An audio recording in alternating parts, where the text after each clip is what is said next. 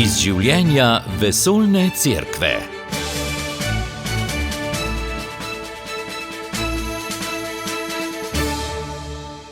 Lepo pozdravljeni v tokratni oddaji, v kateri bomo povzeli dogajanje na molitvenem bdenju za mir, ki je v torek potekalo na meji med Gorico in Novo Gorico. Tam so cerkve v Italiji, Sloveniji in na Hrvaškem podpisale skupni poziv za mir. Več o tem v drugem delu oddaje, najprej pa še nekaj aktualnih novic, med katerimi boste izvedeli, katero skupino Slovencev je papež pozdravil po sredini splošni avdienci. Z vami sva Matjaž Merljak in Marta Jerebič.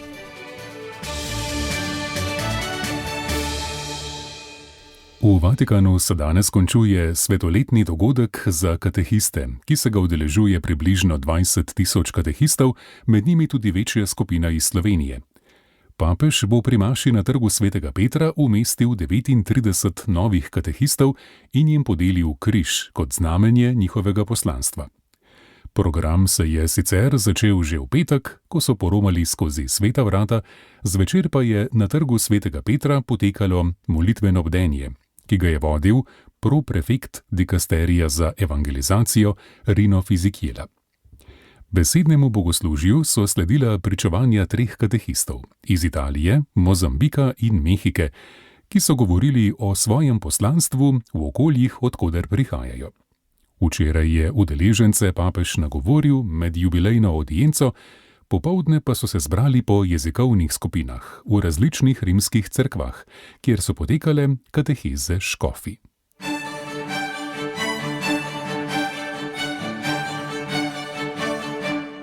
Leon XIV. Je tudi minuli torek preživel v Castel Gandolfu. Kot vedno doslej je tudi tokrat odgovarjal na novinarska vprašanja, ko je odhajal, med drugim o priznanju Palestine. La Santa Sede è riconosciuto nel senso della soluzione due stati già da molti anni. Sveti sedež že vrsto let priznava rešitev 2 držav. Najti je treba način, kako spoštovati vse narode, je dejal papež. Menil je, da bi priznanje države Palestine lahko pomagalo, vendar trenutno na drugi strani ni pripravljenosti poslušati, zato je dialog prekinjen. Glede Gaze je dejal, da je v stiku z župnijo Svete družine. Tam so v redu, vendar je bombardiranje malo bližje. O ruskih vdorih pa je dejal: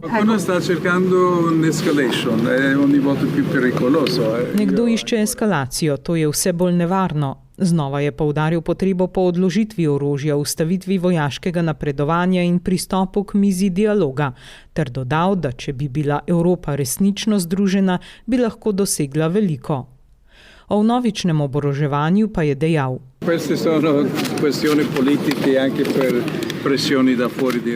To so politična vprašanja tudi zaradi pritiskov zunaj Evrope. Bolje, da ne komentiram.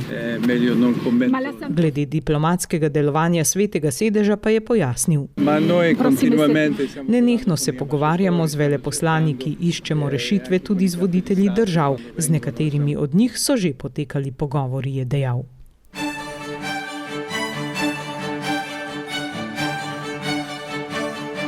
Sveti oče je pri sredini splošni avdienci nadaljeval razmišljanje o skrivnosti Velike sobote. To je dan v velikonočni skrivnosti, ko Jezus sestopi v predpekel, da bi vsem, ki prebivajo v temi, prinesel veselo novico o vstajenju. S tem razodene svojo ljubezen do človeštva in sporoča, da smrt ni zadnja beseda. Njegova ljubezen je močna luč, ki prodre skozi najgostejšo temo, da doseže naše brate in sestre, ki se zdijo popolnoma izgubljeni. Kot je poudaril papež, to ni le dogodek iz preteklosti, ampak velja za vsakega od nas danes. Kristus vstopa v naše lastne boje in se dotika naših najglobljih grehov s svojim usmiljenjem. To naj nas po papeževih besedah opominja, da če Jezusu dovolimo vstopiti v naše lastne temne kotičke, je sposoben ustvariti novo življenje v vsakem od nas in postanemo svetilniki upanja, ki žarijo sporočilo odrešenja za vse ljudi. Ob koncu splošne avdience je Leon XIV. Vse povabil, da v oktobru posamezno v družini ali skupini molimo rožni venec za mir. Vatikanske uslužbence je povabil, da se molitvi pridružijo v Vatikanski baziliki. 11. oktobra, na godovni dan svetega Janeza 23., papeža okrožnice Mir na zemlji, povabi vse, da se pridružimo molitvi za mir, ki se bo ob 18. uri začela na trgu svetega Petra.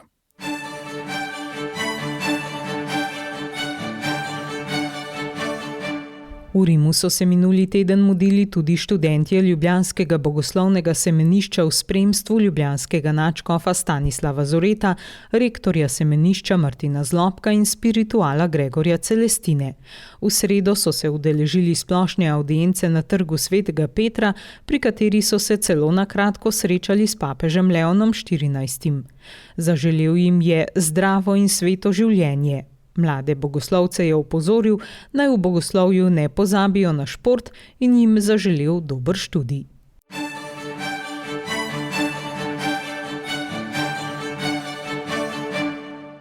Ulice Londona so bile na 1. septembrsko soboto priče največjemu pohodu za življenje v Združenem kraljestvu do sedaj, saj se je zbralo več kot 10 000 zagovornikov življenja v mirni in radostni demonstraciji podpore nerojenim in njihovim staršem. Dogodek, ki ga je zaznamovala velika prisotnost mladih, družin in otrok, je pokazal naraščajoč generacijski zagon znotraj gibanja za življenje v Združenem kraljestvu, kljub zelo različnemu ozadju udeležencev, poročajo v gibanju za življenje. Letošnji pohod ni bil pomemben le po obsegu, temveč tudi po globokem sporočilu edinosti med različnimi krščanskimi veroizpovedmi. 7 rimokatoliških škofov, 2 škofa anglikanske cerkve, pravoslavna duhovščina in laiki, evangeličanski pastorji ter krščanski voditelji iz celotnega Združenega kraljestva so stali drug ob drugem v močni demonstraciji solidarnosti. Zbranim so prebrali tudi posebno sporočilo podpore in blagoslov papeža Leona XIV.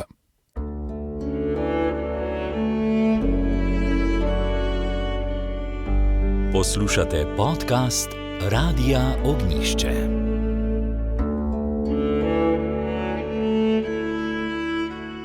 Na meji obeh goric je v torek potekalo molitveno bdenje za mir.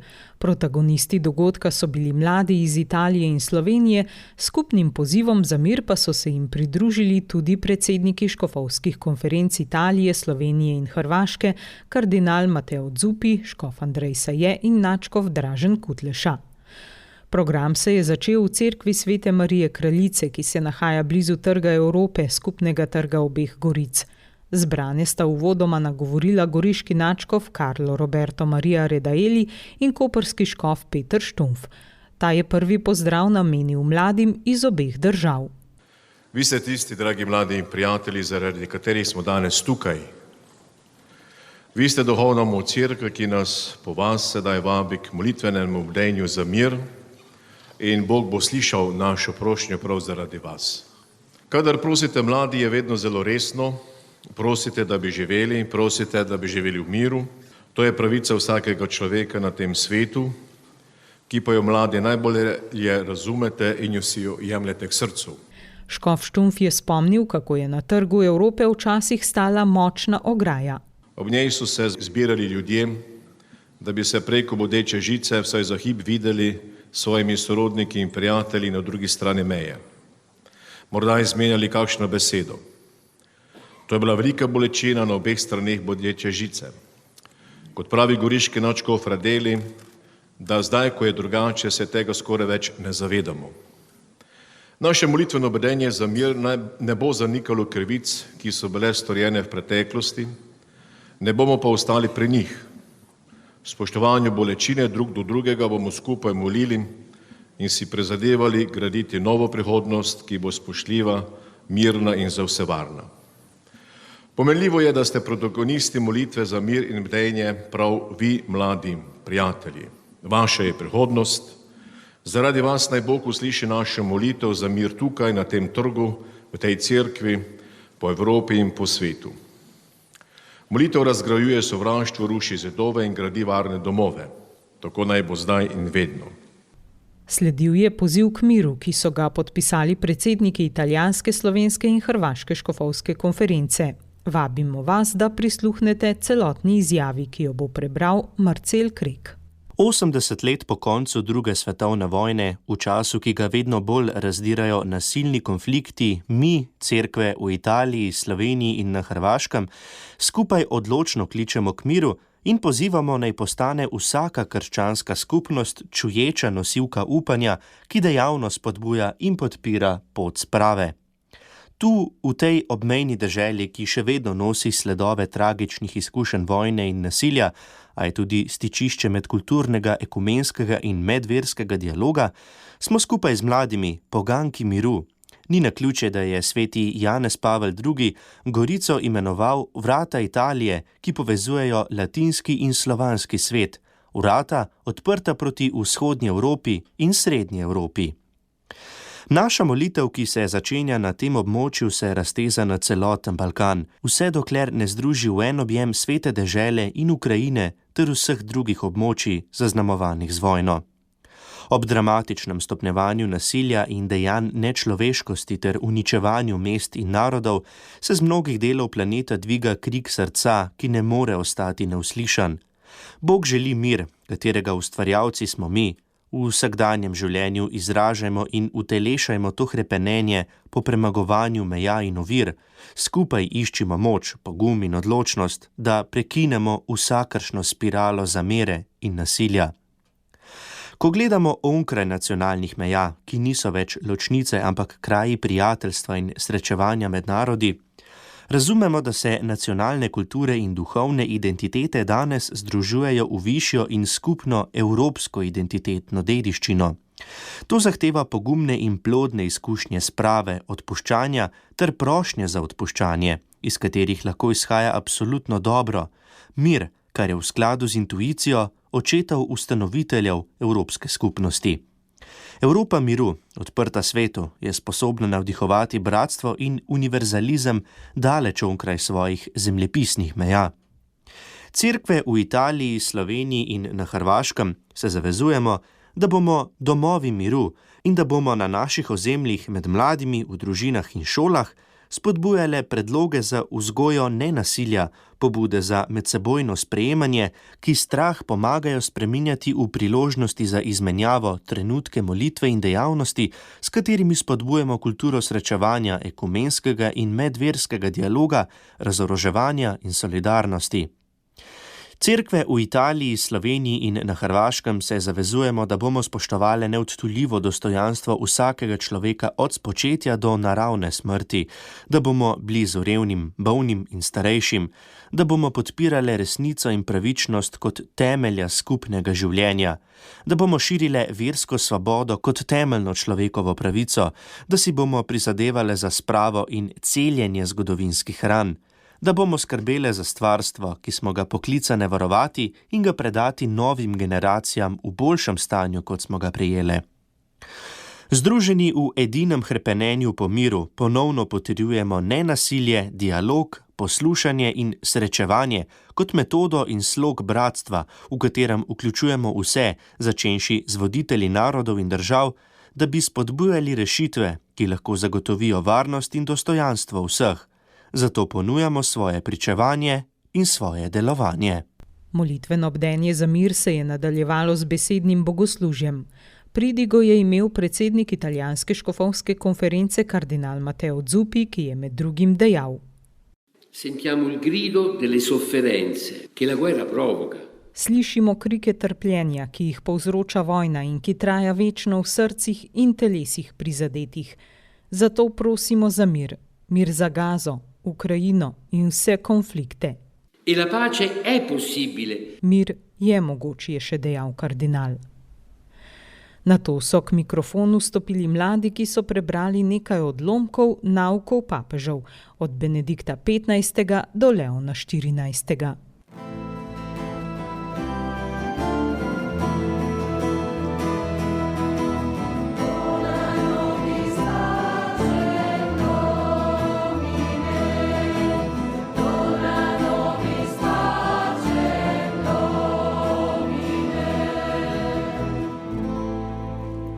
Questa lotta tremenda, ogni giorno più, apparisce inutile strage. Ta strašna borba se vsak dan bolj kaže kot nesmiselni pokol. Poslušajte torej našo molitev. Sprejmite očetovski poziv, ki vam ga naslavljamo v imenu nebeškega odrešenika, kralja miru. Razmislite o svoji izredno težki odgovornosti pred Bogom in pred ljudmi.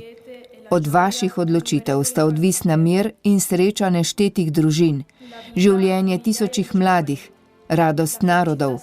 Absolutno dolžnost imate, da jo poskrbite zanje. Naj vas Gospod navdihne z odločitvami, ki so v skladu z njegovo sveto voljo. In naj vam, ki si zaslužite pohvalo sedanje generacije, zagotovi sloves delavcev za mir tudi v prihodnjih rodovih. Benedikt XV. Pismo voditeljem vojskujočih se narodov, 1. avgust 1917.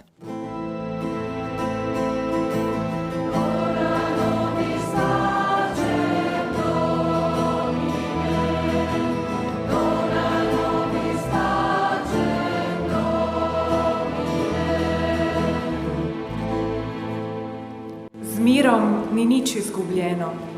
Z vojno je lahko izgubljeno vse. Naj se ljudje spet razumejo, naj ponovno začnejo pogajanja. Z dobrovoljnimi pogajanji in ob spoštovanju medsebojnih pravic bodo spoznali, da iskrenim in dejavnim pogajanjem nikoli ni preprečen častni uspeh. In počutili se bodo veliki, resnično veliki, če bodo utišali glasove strasti, tako kolektivne kot zasebne, in prepustili razumu njegovo vlogo, s čimer bodo prihranili kri bratov in domovini propad.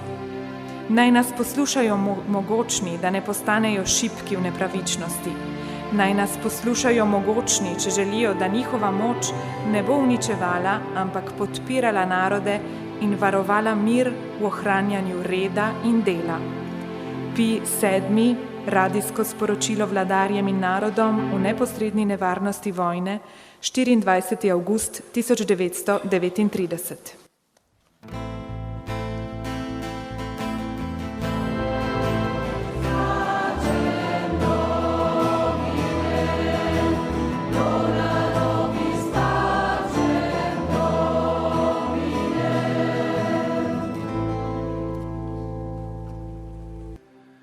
Occorre però riconoscere che l'arresto agli armamenti a scopi bellici. Vendar je treba priznati, da je ustavitev proizvodnje orožja v vojne namene, njegovo dejansko zmanjšanje in še bolj njegovo uničenje, nemogoča ali skoraj nemogoča, če hkrati ne poteka popolna razorožitev. To je, če ne razgradimo tudi duha, tako da se iskreno trudimo odpraviti vojno psihozo. To pa pomeni, da je treba merilo miru, ki temelji na ravnovesju oborožitve, nadomestiti z načelom, da je resnični mir mogoče zgraditi le na medsebojnem zaupanju. Menimo, da je mogoče doseči ta cilj, ker ga zahteva zdrava pamet, je zelo zaželen in izredno koristen. Janez 23, Pacem in Teris, 61.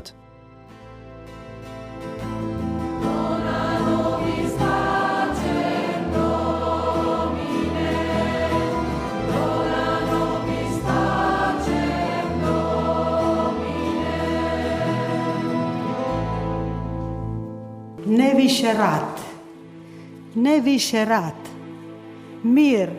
Mir mora voditi sudbinu naroda i cijelog čovečanstva. Nič več vojne, nič več vojne. Mir mora voditi usodo narodov in celotnega človeštva. Veste, da miru ni mogoče zgraditi samo s politiko ter ravnovesjem sil in interesov, ampak z duhom, idejami in dejanji miru. Vi že delate v tej smeri, a ste še vedno na začetku. Bo svet kdaj spremenil svojo ozkosrčno in vojno miselnost, ki je doslej oblikovala velik del njegove zgodovine? Težko je napovedati, vendar lahko trdimo, da se je treba odločno podati na pot nove zgodovine, mirne zgodovine, resnične in popolnoma človeške, ki jo je Bog obljubil ljudem dobre volje. Poti pred vami so že označene in prva je pot razoroževanja. Pavel VI, govor v Združenih narodih 4. oktobra 1965.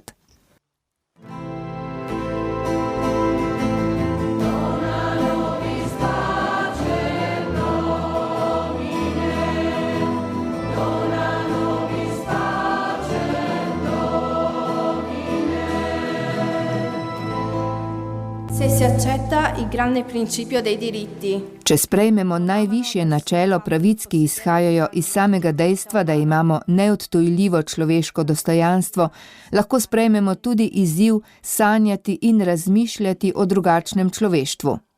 Lahko si zaželimo planet, ki vsem zagotavlja zemljo, dom in delo. To je prava pot k miru, ne pa nespametna in kratkovidna strategija sejanja strahu in nezaupanja, ki jo vzbujajo zunanje grožnje. Resnični in trajni mir je namreč mogoč le na podlagi globalne etike solidarnosti in sodelovanja v službi prihodnosti, ki jo oblikujeta medsebojna odvisnost in soodgovornost v celotni človeški družini. Frančišek, govor o jedrskem orožju, Nagasaki, Japonska, 24. november 2016.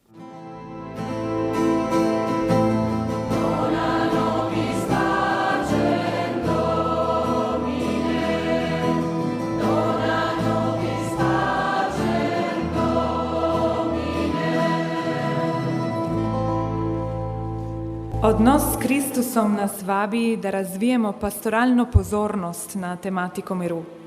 Gospod nas namreč pošilja v svet, da prinašamo njegov dar.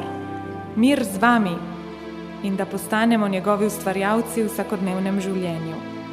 Mislim na župnije, sosedske, notranje predele države, mestne in eksistencialne periferije.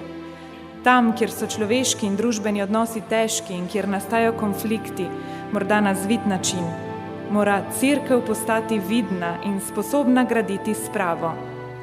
Apostol Pavel nas tako spodbuja. Če je mogoče, kolikor je od vas odvisno, živite v miru z vsemi. To je poziv, ki vsakemu posamezniku dodeljuje konkretno odgovornost. Lev 14. govor škofom italijanske škofovske konference, 17. junij 2025.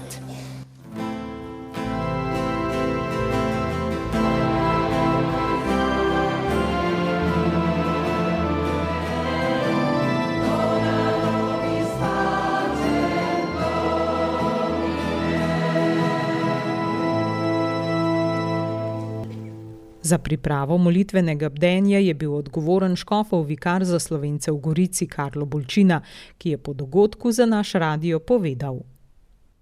Dvoje mi bo ostalo v spominu v zvezi z molitvenim bdenjem 24. septembra v Gorici oziroma Novi Gorici. Najprej to, ko je stopil kardinal Zuppi v središče trga in sem mu predstavil to kot središče Evrope, in najprej molče gledal v tla in potem izjavil, torej sprava je mogoča. Delo, trpljenje in molitev lahko pripelje do sprave. Upam, da se bo to zgodilo tudi z vsemi tistimi narodi, ki so zdaj v vojnem stanju. Ne bo na vzhodu, bližnjem vzhodu, ne bo na naših slovanskih tleh, kjerkoli. In drugo, kar se mi je zdelo enkratno, bilo to, Cerkev ni na obrobju družbe. Cerkev je del družbe. In ker je Nova Gorica, Gorica prestolnica kulture za vse ljudi, Cerkev ni mogla biti izven nje. In to je prejšnji večer dokazala, je pokazala. Cerkev želi sodelovati z vsemi ljudmi dobre volje v kakršnem koli postavljanju mostov in ne ovir, v sodelovanju in ne v nasprotovanju. In zlasti množična udeležba, posebej mladih, je pokazala, da Cerkev ni samo tisti del družbe, ki gleda v nebo, kar je sicer naš cilj, ampak tudi tisti del družbe, ki skrbi za vsakdanjo stvarnost. S tem končujemo tokratno oddajo, pripravila sem jo Marta Jerebič, ki vam želim lepo nedeljo. Poslušali ste oddajo iz življenja Vesoljne cerkve. Ponovno ji lahko prisluhnete v našem audio arhivu. radio.ognisce.si